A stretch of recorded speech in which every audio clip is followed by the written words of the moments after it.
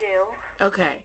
All right. So I'm just going to ask you some quick questions about, okay, wait, hold on. Let me start this. Okay. It's 11:02 a.m. My name is Michelle Maxwell. I'm in charge of the investigation into the gentleman, Adam, I think his last name is Robinson, that came to the station last year, February 26th, don't quote me on that date, to make a complaint, and then videotaped the situation and then published it to the internet. You know what I'm talking about? I do. Okay. And you are Brenda. Can you state your name for the record for me? And this is Brenda Weingarten. I'm the secretary at the Freeman Station on Cudjoe Key. Okay. And Brenda, do you swear or affirm that the statement you're about to give is the truth, the whole truth, and nothing but the truth? So help you God. I do. Okay. So Brenda, I guess I'm going to ask you if you could just share with me what you remember happening that day. Okay. I remember that he came into the station and he was videotaping, and he said that he wanted to make a FOIA, which I said, if you need to get a copy of a report, you can go to Central Records. And then I don't know exactly, he's got the whole videotape of it, but he started demanding, he said that there was deputies that jumped out in front of him behind a white car. And I said, are you talking about like right down the highway like an hour ago? And he said yes. And I said, we were picking up trash. We just got back from a cleanup. And then I can't remember the order, but basically he said that there was a vehicle that pulled out onto the highway and caused the traffic to slow down, which could have harmed him because he was on his motorcycle. When all the traffic comes to a sudden stop, he could have gotten hurt. And he demanded to know the names and the badge numbers of whoever was driving that vehicle. So I asked him to give me a description of who they were.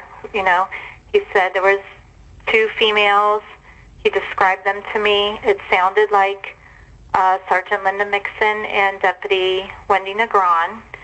So I used my phone to text Linda and ask her if she knew of this incident. And she told me that they had already talked to him on the roadside and apologized for, you know, whatever, and he seemed to be content with their conversation and had left. And of course, this was like an hour or so later, he came to the station, and he still said that if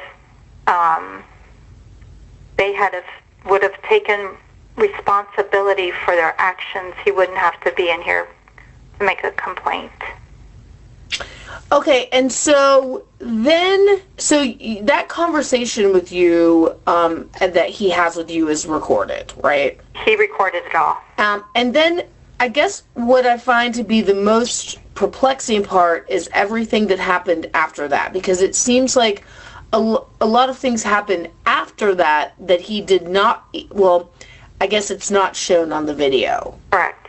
Can you please, in detail, enlighten me as to everything that happened after the video that's published on the internet takes place? Like, what happened after? After he left the building. And the lieutenant was coming out to talk to him. So when the lieutenant got to my door, he said, is he still here? And I said, he actually just walked out the front door. So then the captain, Patty Thompson, I know, went out the side door, which is on the Drost Drive side, and I guess took his tag number. And he was in the roadway on Drost Drive. So she came back inside the door, and she just said, Brenda, lock the front door. So I locked the front door, and then he immediately came over and started pounding on the door, the front door, and saying, you know, let me in, sort of thing. And I just sat at my desk. Then he went around to the Drost Drive side of the door and was pounding on that door. And he was calling dispatch because dispatch was calling here to see what was going on. I started to get a little worried because he was just pounding on the door, so I just kind of crawled out of my office over to the squad room, and I stayed over there for the rest of the situation. They did call for a deputy to come, and then after that he was arrested. Do you know if Patty ever had a conversation with him? Not that I'm aware of. Okay. Do you know Tom Walker, before this happened, do you know if Tom Walker ever had a conversation with him? No. Except for when he went back out and it's captured on video. Right. Okay. Let me ask you, Brenda, you've worked here for a long time and you've dealt with a lot of people in the public. Were you concerned about his demeanor, or did you... At first, no.